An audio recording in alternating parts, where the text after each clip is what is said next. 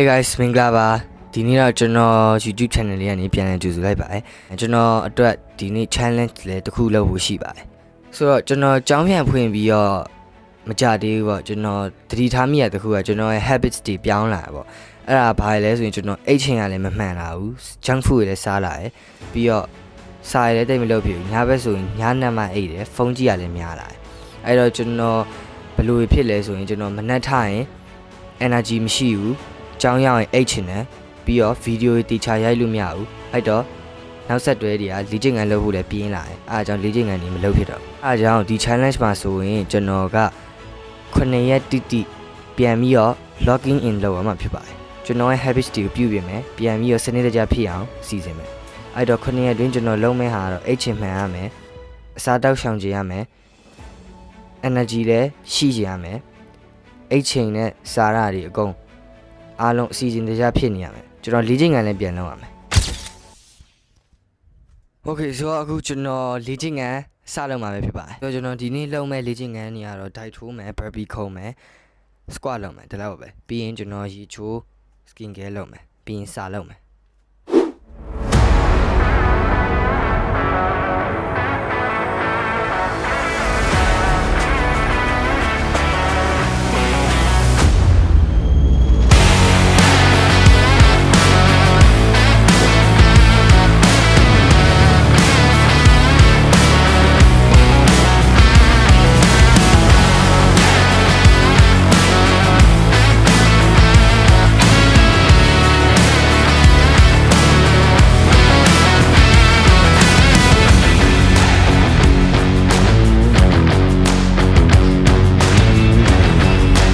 ဆိုတော့ကျွန်တော်အခု serum လိမ့်မယ် skin care လုပ်မယ်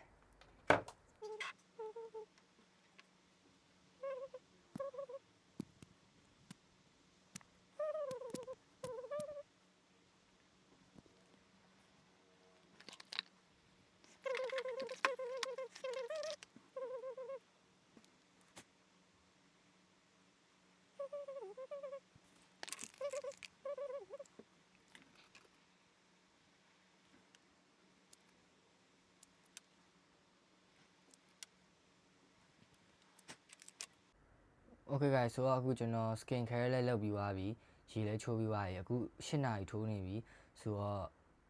ခဏစလုပ်ပြီးသွားရင်ကျွန်တော်အိပ်ပါမယ်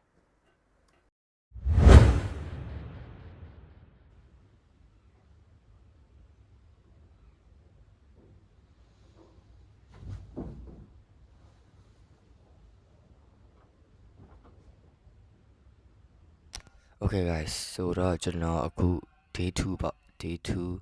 ရောက်ပြီကျွန်တော်ရဲ့ထားချိန်က9နာရီနဲ့5မိနစ်အရင်နောက်မကြောက်လို့ထင်တယ်အခါတိုင်းဆိုကျွန်တော်ကတနာရီလောက် weekend နေမှာဆိုတနာရီလောက်မှထားပြတာကျောင်းဖွင့်ရင်တော့မနေထားတာအခု9နာရီဆိုတာကျွန်တော်တကယ်ဟိုအချိန်ကြီးကောင်းနေပြီပေါ့အခုဆိုရင်ကျွန်တော်အဲ့ရလဲတင်ပြီးသွားရပေါ့ကျွန်တော်တိုင်းလိုက်နေရှင်းနေရပဲအဲ့တော့မျက်နှာတွေတွားလိုက်တာလုံးမယ်ပြီးရင်စာလေးနည်းနည်းပါးပါးလုပ်မယ်ကျွန်တော်မနေ့ကညဘက်ကစာလုံးမယ်ဆိုပြီးတော့စာမလုပ်ဖြစ်ဘူးအဲ့တော့ကျွန်တော်ဒီနောက်ဆုံးကျန်တဲ့စနေနေ့ကျောင်းမဖွင့်ခင်တရက်မှာစာရအကုန်အင်စာတွေပြီးအောင်လုပ်မယ်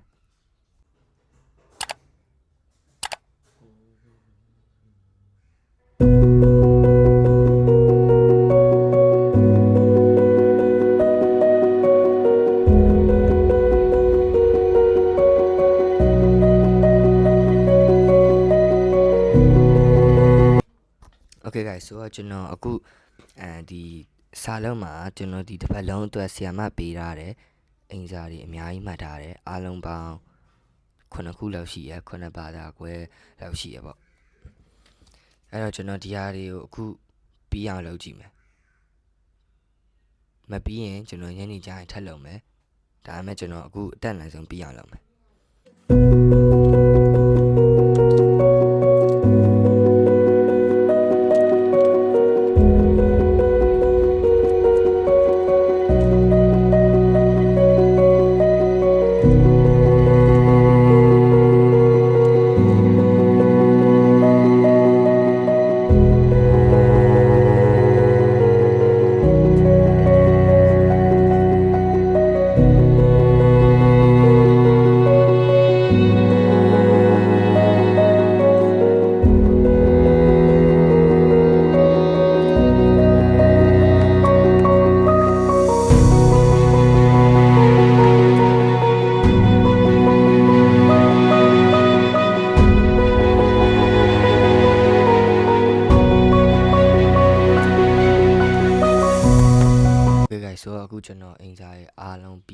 နော်တစ်ပတ်လုံးပြီးတိုင်းအင်ဂျာကြီးလည်းအကုန်လုံးပြီးသွားပြီအဲ့အတွက်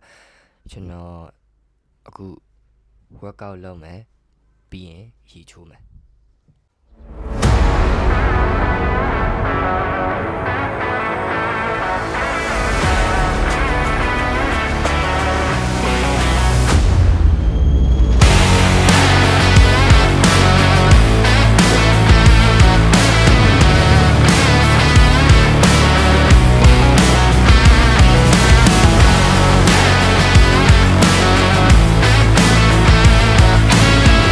Okay guys ဆိုတော့အခုကျွန်တော်လေ့ကျင့်ခန်းလေးလုပ်ပြီးသွားပြီဆိုတော့ရီချိုးမယ်ကျွန်တော်ညနေဘက်ကျရင်လေ့ကျင့်ခန်းနောက်တစ်ခုထပ်လုပ်ရမယ်ဒါပေမဲ့အဲ့ဒါအကြောင်း cardio လုပ်တာအစီလျှော့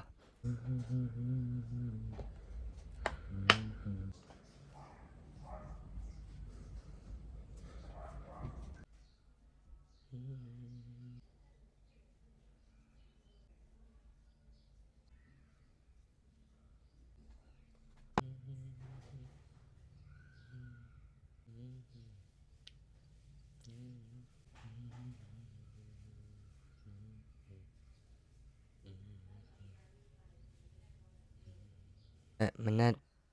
တာလောက်ကမဲ့တောင်းရင်တွေကတော့ခြေသွားပြီပေါ့အဲ့တော့ကျွန်တော်ထမင်းစားပြီးခဏနာမယ်ညနေကျရင်လေ့ကျင့်ခန်းပြန်လုပ်မယ်Okay guys ဆိုရင်တော့အခုညနေ4နာရီနဲ့40မိနစ်ရှိပြီမိုးတွေကတော့နည်းနည်းရွာနေပေါ့ကျွန်တော်မနက်က body weight workout လုပ်ပြီးဆိုတော့ဒီညနေကျရင်အစီချဖို့ cardio လုပ်မယ် Okay guys ဆိုတော့အခုကျွန်တော်ရဲ့ဒီနေ့လုပ်မဲ့ cardio ကတော့ကျိုးခုံတာပေါ့ကျွန်တော်30မိနစ်လောက်တော့ရအောင်ခုံမယ်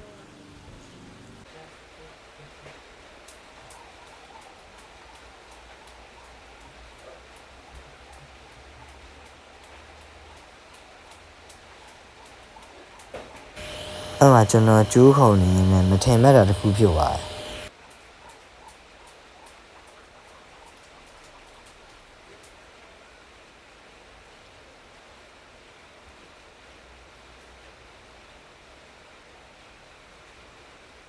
အဲ့ဆိုတော့ကျွန်တော်လေ့ကျင့်ခန်းလုပ်နေတဲ့ကျိုးခုံနေကျိုးကပြတ်သွားတယ်ပေါ့အဲ့တော့ကျွန်တော်တခြားလေ့ကျင့်ခန်းလေးလုပ်ပြီးကျိုးသမင်းစားပြီးတော့အခု8နာရီထိုးနေပြီဆိုတော့ skin care လုပ်ပြီးအဲ့တော့ကျွန်တော်စောစောအဲ့ဖို့အသက်နိုင်ဆုံးကြိုးစားမယ်လို့ဆုံးဖြတ်ထားတဲ့အတွက်ကျွန်တော်ဒီနေ့8နာရီရအောင်အဲ့မှာပေါ့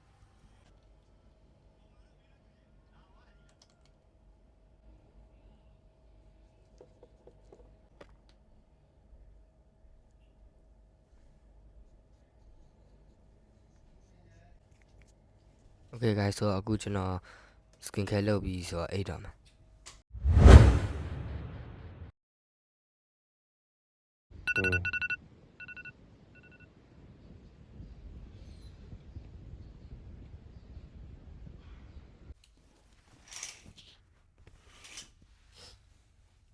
Okay guys ဆိုတော့အခု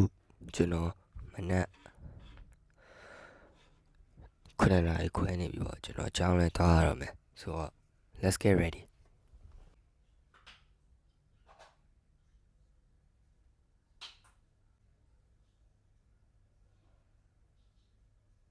Hey guys ဆိုကျွန်တော်အခုမျက်နှာလေးထွားတိုက်လုပ်ပြီးဆိုတော့ကြောင်းထားရတော့မယ်ကျွန်တော်နေ့လည်ပြန်လာအချိန်ကျရင်လေ့ကျင့်ခန်းထပ်လုပ်မယ်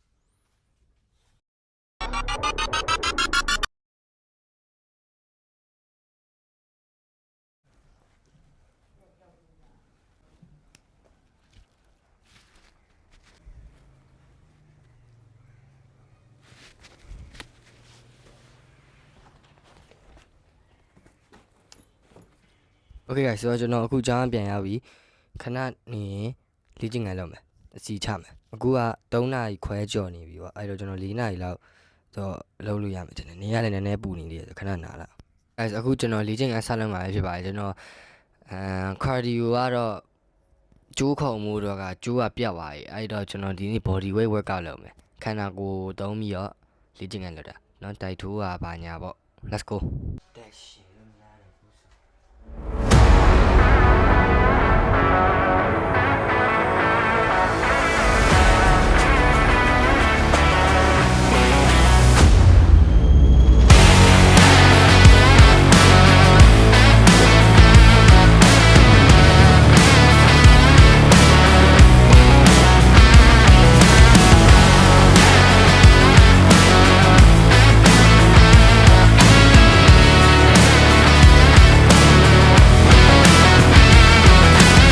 ဆိုတော့အခုကျွန်တော်လေ့ကျင့်ခန်းလောက်တာပြီးသွားပြီပေါ့ကျွန်တော်ကျူရှင်ကလည်းရှိရယ်စားလည်းလောက်ရမှာဆိုတော့ကျွန်တော်လေ့ကျင့်ခန်းခဏပဲလောက်လိုက်တယ်အခု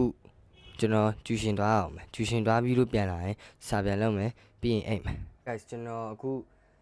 ကျူရှင်ကနေပြန်လာပြီအချိန်က9နာရီခွဲပါပြီကျူရှင်ပြန်ရောက်တာကတော့10ခွဲလောက်ရောက်တာပေါ့ကျွန်တော်သမင်းစားရီချိုးရင်းနဲ့9နာရီခွဲသွားတယ်ပြီးတော့ကျွန်တော်ဖုန်းနဲ့ကြည့်နေပေါ့အဲ့တော့အခုကျွန်တော်ကျောင်းကကြံတဲ့အင်စာလေးလုပ်မယ်ပြီးရင် skin care လုပ်ပြီးအိတ်မယ်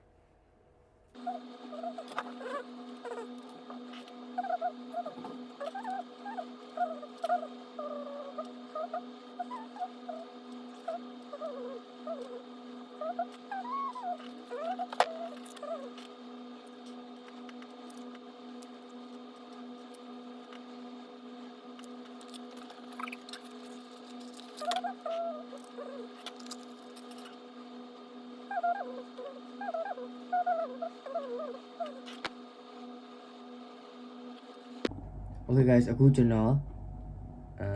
အင်စာစလုပ်မှာဖြစ်ပါတယ်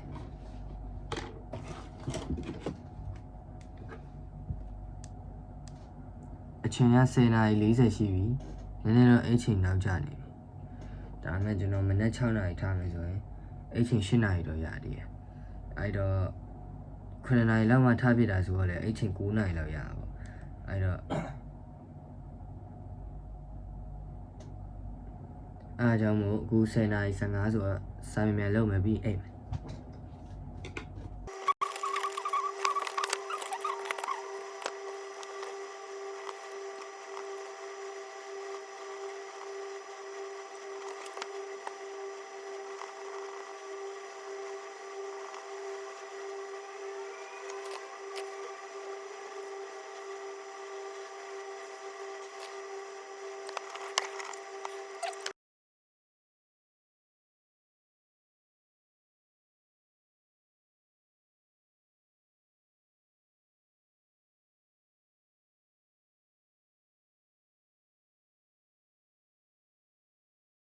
အားလုံးပဲကျွန်တော်10:15စာလောက်တာတော့10:45လောက်ရောက်ပါတယ်30မိနစ်လောက်တော့ကြာပါပေါ့ဒါပေမဲ့အခုကျွန်တော်နောက်ဆုံးတော့အိတ်လို့ရပြီအဲ့တော့ကျွန်တော်အိတ်တော့မယ်